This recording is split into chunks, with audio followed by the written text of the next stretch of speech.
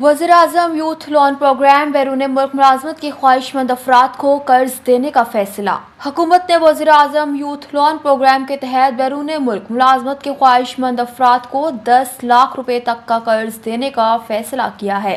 State bank के मुताबिक ये कर्ज बैरून मुल्क मुलाजमत के मुतलाशी अफराद की तरबियत, सफरी वीज़े और रिहायशी अखराजात के लिए दिया जाएगा। ये कर्ज 21 से 45 साल की उम्र के पाकिस्तानी शहरी हासिल करने के अहल हैं। ये कर्ज हासिल करने के लिए ज़रूरी है कि दरख्वास्त गुजार के पास बैरून मुल्क मुलाजमत फराहम करने वाली कंपनी का तस्दीक शुदा नौकरी का लेटर मौजूद हो। कर्ज हासिल करने के लिए दरख्वास्त गुजार को यह वजाहत देना होगी कि वो ये रकम कहाँ और किस मकसद के लिए इस्तेमाल करेगा। ये कर्ज 5 साल की मुद्दत में वापस करना होगा और इस पर राइजुल वक्त शरई सूद से 3% ज़्यादा सूद अदा करना पड़ेगा। ये कर्ज दरख्वास्त गुजार और पाकिस्तान में इसके किसी करीबी रिश्तेदार के नाम पर मुश्तरका तौर पर दिया जाएगा।